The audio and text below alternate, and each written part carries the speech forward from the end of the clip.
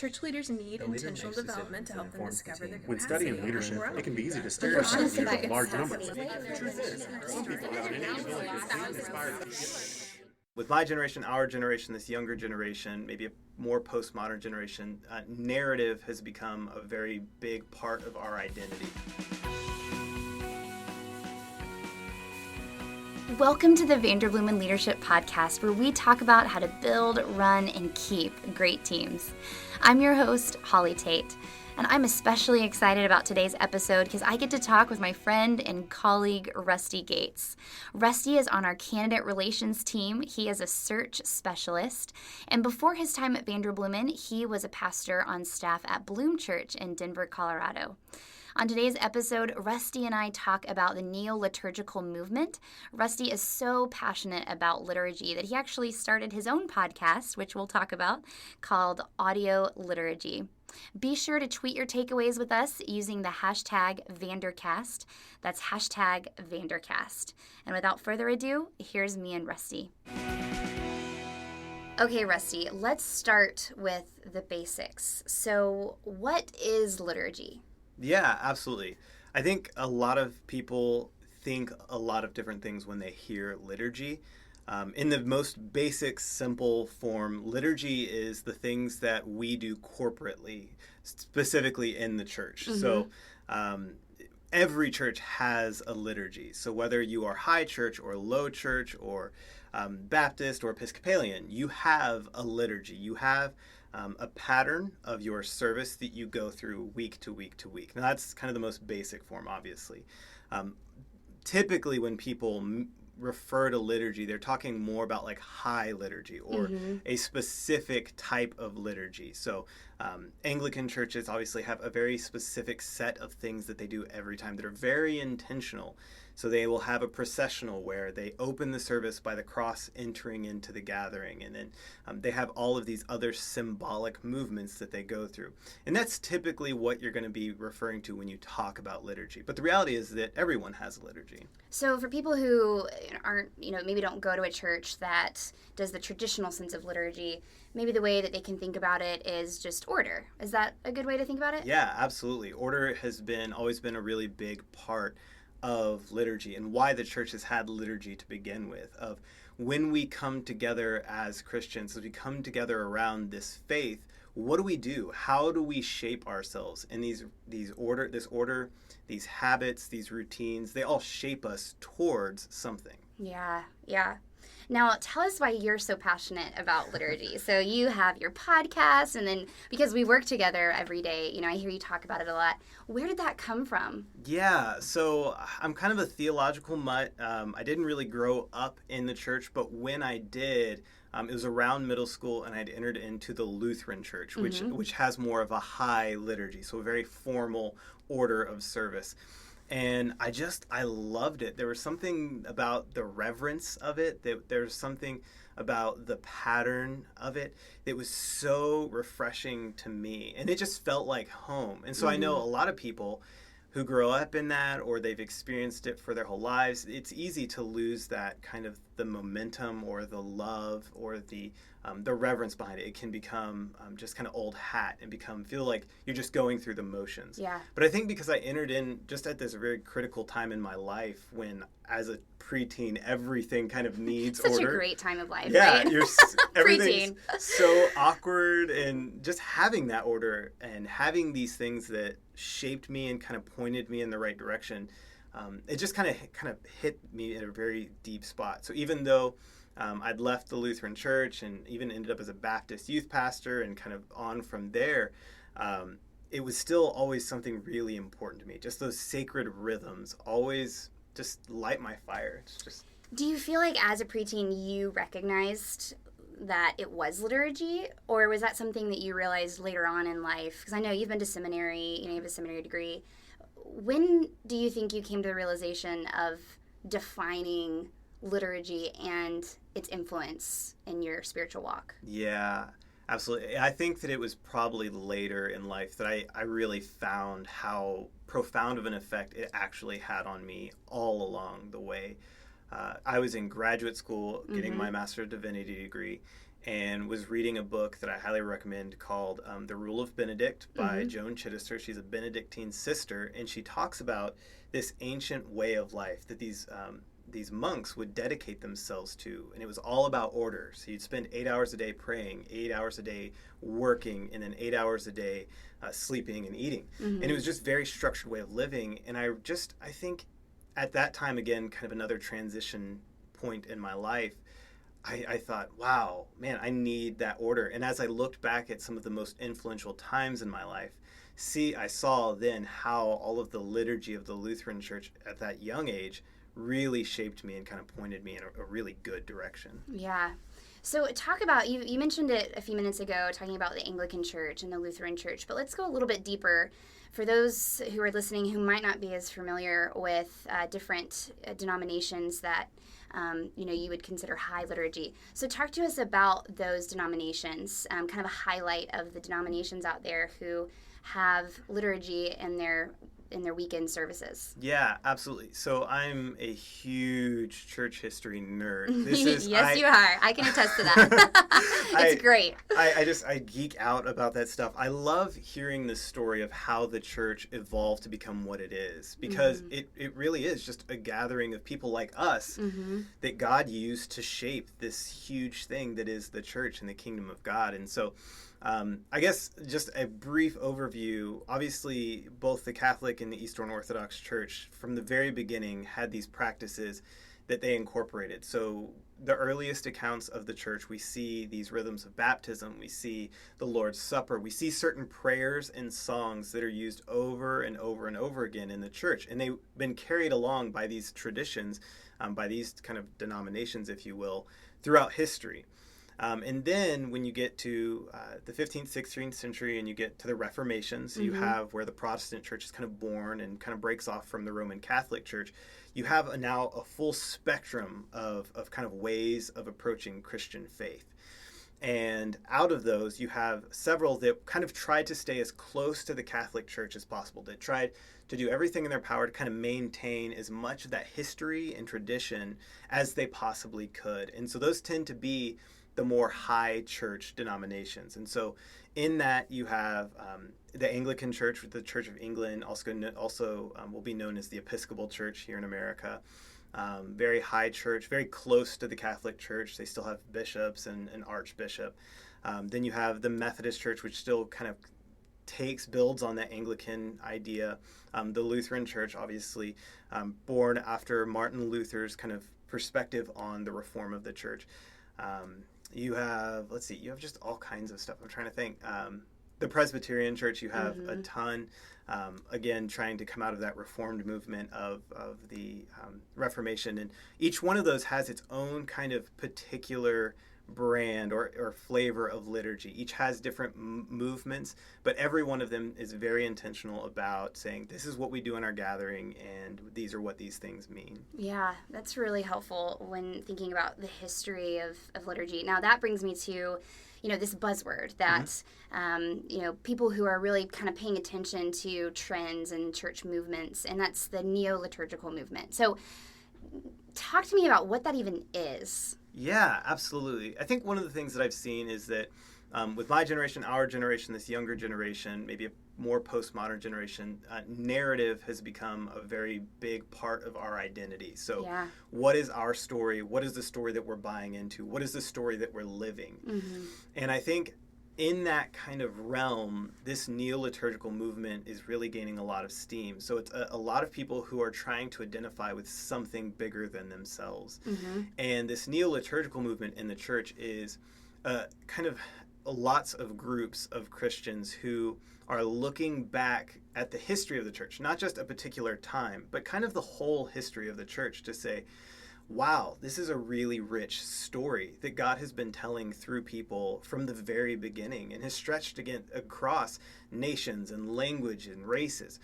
And in each of those places and times, there have been these rhythms, these movements, these habits, these aspects of liturgy that have been beautiful and true. And I think one of the things that this generation is kind of clinging to is if it is beautiful, if it is true, it's ours to claim. Yeah. And so it is a movement that I think is claiming all of the good things that they can see, including a lot of the liturgy from all over the place, whether it's the Celtic Church or the Eastern Orthodox Church, and saying these are good things and we're going to practice them. And so you have these little churches popping up all over, and they're not affiliated with any particular denomination. I know some Anglican churches that are kind of more modern and trying to say, no, we've been doing this whole time, but somewhere along the line we lost the passion, and we're going to continue to do these things, but we're going to do it with passion. And at the same time, I see churches that have more of a Baptist influence, which typically don't have a high liturgy,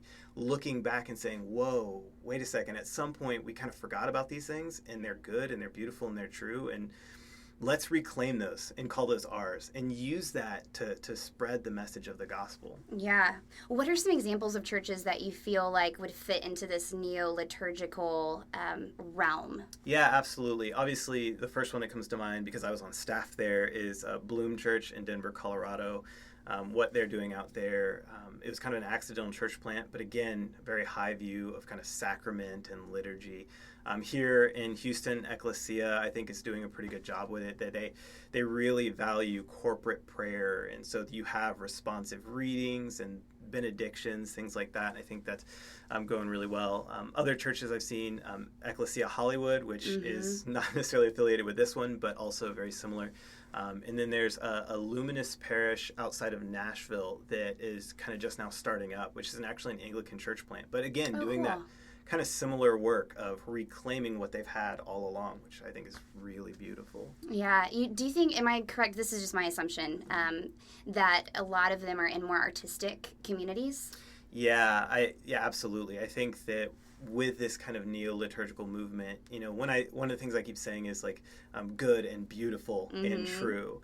There is an aesthetic aspect to this. The reality, I think, is that this generation is very tactile. It's very much live in the moment, carpe diem kind of mentality. And one of those things is that God created this world. This world is good, and what is coming will be a new creation. Yeah. It's less of an escapist kind of theology. And so because of that, let us try to find heaven now.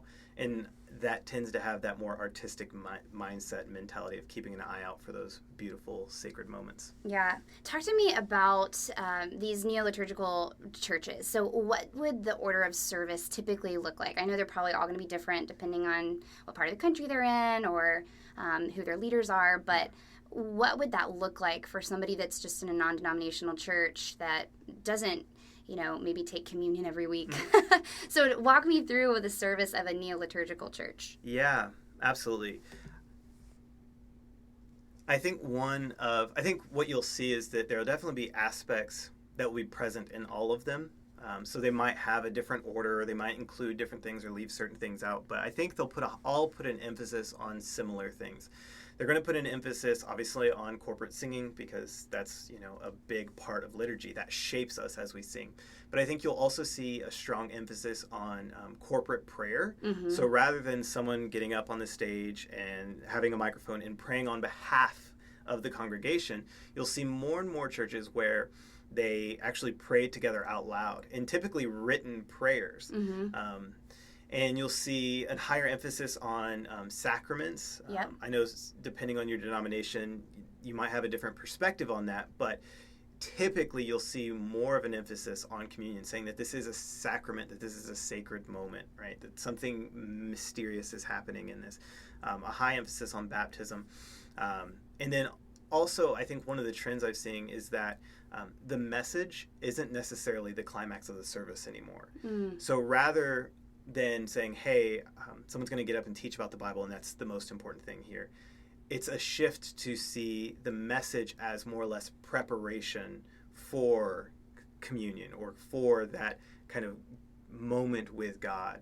And so everything leads up to these kind of holy moments where we encounter God and we're shaped by that. Yeah, that's really interesting. I haven't thought about the message shift, but that makes a lot of sense of the neo-liturgical churches that I've been to. Yeah, that makes a lot of sense. That's good insight. So what reading, you mentioned the book earlier, but talk to us about a church leader who's hearing this that maybe is inspired to read more, learn more about this. What thought leaders or books would you lead them to? Yeah, absolutely.